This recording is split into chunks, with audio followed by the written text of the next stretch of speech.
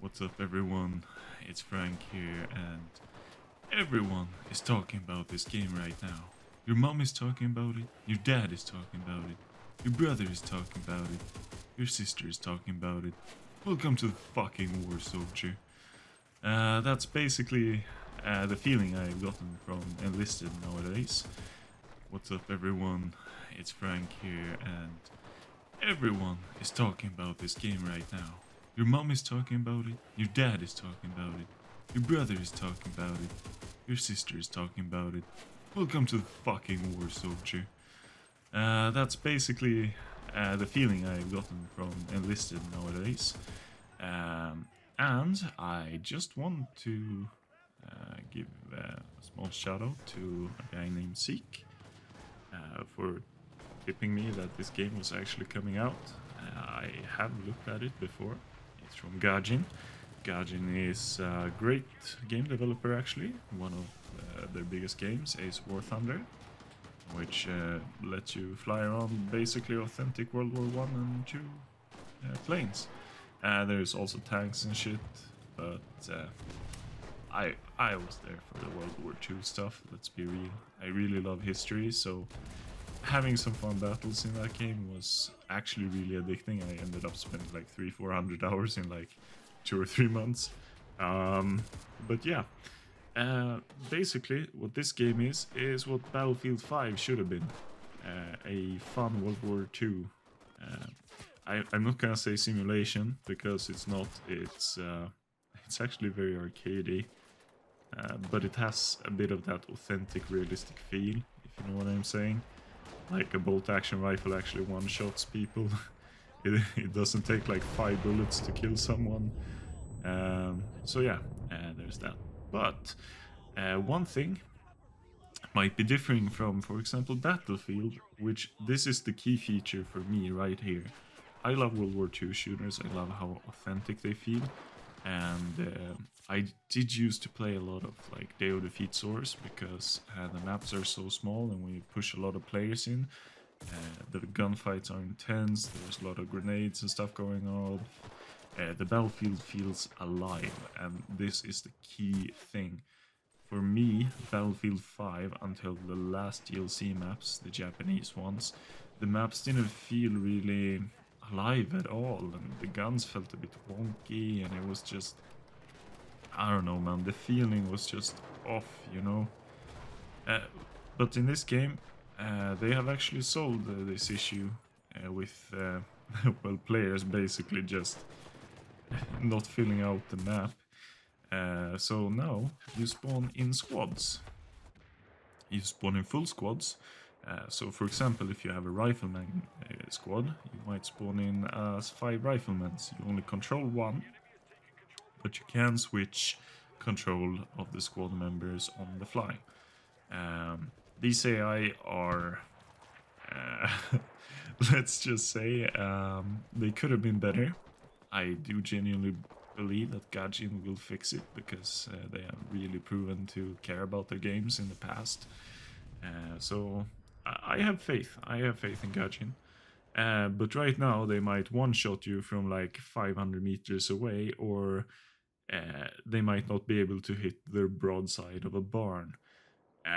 And that it's just it just feels off, man. But most of the time, basically you and the other players are basically mowing down enemies, kind of like Titanfall 2. Like you're these like heroes. Let's call them heroes. You really change the battlefield as you just mow down enemies and just, yeah. Something else is that you actually pick a campaign. So there is Germans and Russians, so the Eastern Front, and then there's the Western Front currently, which is the US and Germans.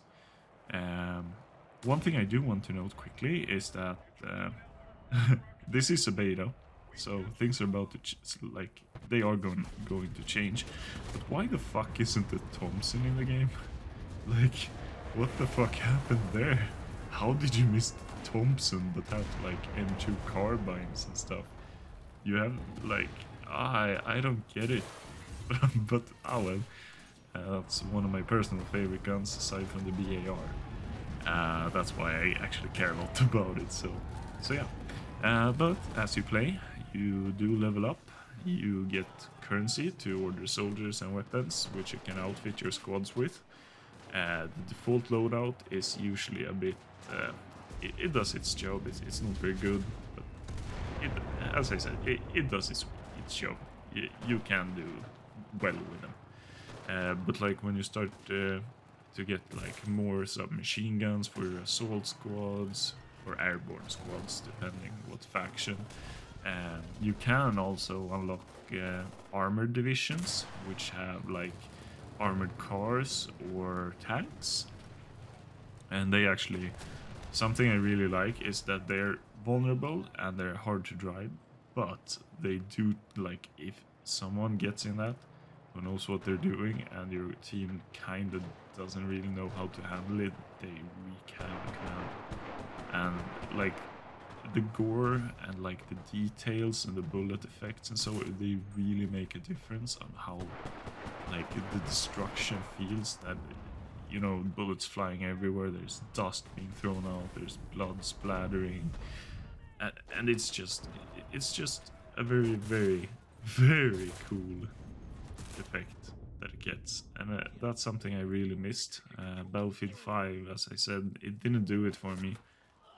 I really hope for Battlefield 6. I did have my fun moments with the BF5, but yeah, so far Enlisted is just everything that I wished that BF5 was. You don't have the level destruction. It's just some things you can destroy. You can construct sandbags and tank traps, and so if you have an engineer squad. There are sniper squads, which at least personally I feel are absolutely they just destroy everything, man. They don't stand a chance once you get a roll going. Yeah, and you have these classic game modes like what is basically Rush. You charge objectives and they have to hold it, which they did place on D-Day, I might add. They have 1,000 soldiers if you're playing German, so I hope you like MG42s, man. But goddamn, it does it feel good. And it's just... yeah, and then there's Conquest. And yeah, that works exactly like Conquest. Some of the maps are a bit average. Most of them are pretty good. But they're still on the average good side. Like, there is no map that I feel like, oh my god, not this crap. But at the same time, some of them do feel really generic. Some clearly feels like they have more thought put into them than others, and I don't know why that is. So I really hope that they will sort that out. What else? Yeah, progression.